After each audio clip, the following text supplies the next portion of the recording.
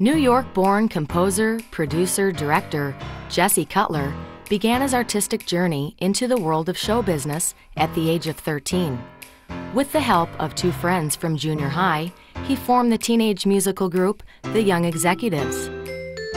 Within 6 months, the precocious trio not only landed a recording contract with Mercury Records, but exploded onto the New York music scene, becoming the darlings of the international jet set. Between making appearances on television, radio, and charity fundraisers, the Young Executives performed at private parties for several celebrities.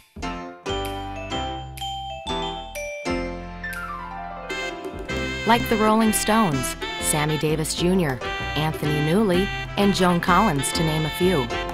Their first release, entitled Everybody Do the Duck, an upbeat new dance routine, debuted on Dick Clark's American Bandstand, won the Rate a Record competition, and landed on Billboard's coveted Top 100.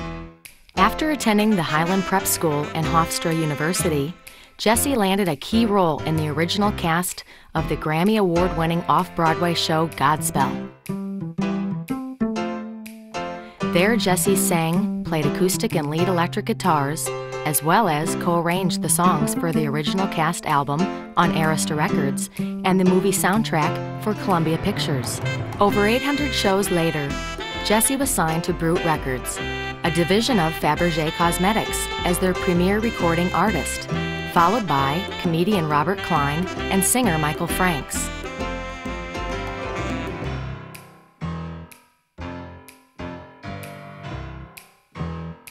The record Rich Man's Son was Jessie's first release and won rave critical reviews by the record industry critics, prompting a performance tour throughout many colleges and universities. Then at age 22, Jessie Cutler traveled to California, seeking new horizons as a budding pop star, and within 3 months formed a new band called Jessie Cutler's Angel, and headlined at the famous Whiskey A Go-Go, the Roxy, and the Troubadour.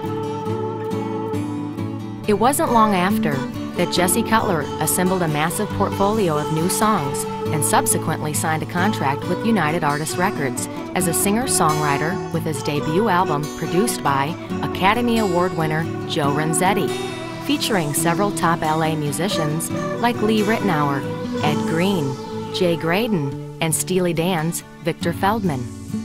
With a new album underway, Jessie was invited to showcase himself on a special Dick Clark presentation of up-and-coming West Coast talent and featured Jessie in one of the first music videos entitled Mirror Mirror, which Jessie wrote and directed, complemented by a cameo of former heartthrob Fabian.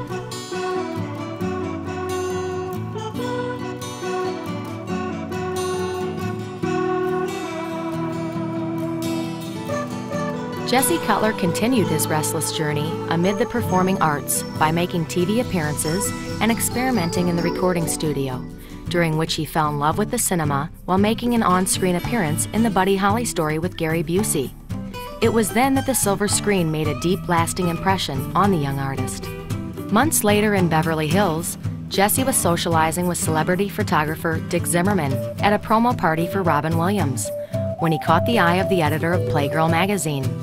After many attempts by the editor to persuade Jessie into becoming a centerfold, he finally agreed, becoming Playgirl's January Man of 1979. Over a 2-year period, Jessie's entrepreneurial talents took the forefront of his activities, having created a tour de force music aerobics package entitled Disco Diet. He composed 9 instrumental tracks and wrote a 23-page booklet of diet and exercise tips, as well as 2 informative posters to aid the listener to follow the choreographed dance steps. A predecessor to Jane Fonda and Richard Simmons, the product was seen in TV Guide, People Magazine, Diet and Exercise, and Slimmer magazines, selling thousands internationally through direct mail. Next, Jessie formulated another company called Masqueraves, which licensed and merchandised celebrity masks of performers like Eddie Rabbitt, Dolly Parton, and Leif Garrett, to have their faces reproduced through a unique process, manufactured, and then distributed at concerts around the world. Though stepping away from the performance side of the business, Jessie Cutler's jaunt into the business side of show business never strayed far from the world he loves. With a call from famed choreographer Joe Cassini, founder of the Dance Hall of Fame, Jesse was asked to produce a soundtrack for actress-dancer Sandahl Bergman, star of All That Jazz and Conan the Barbarian, resulting in a beautifully produced, advanced exercise and ballet video entitled Sandahl Bergman's Body, distributed by Family Home Entertainment and Monterey Films. It is said that you cannot stop a driving force, and it is obvious that Jesse Cutler is a creative force to be aware of, be it composer, producer, or whatever direction he chooses.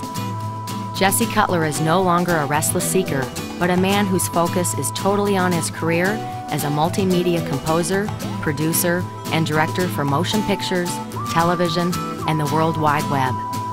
Jesse Cutler, 21st century artist.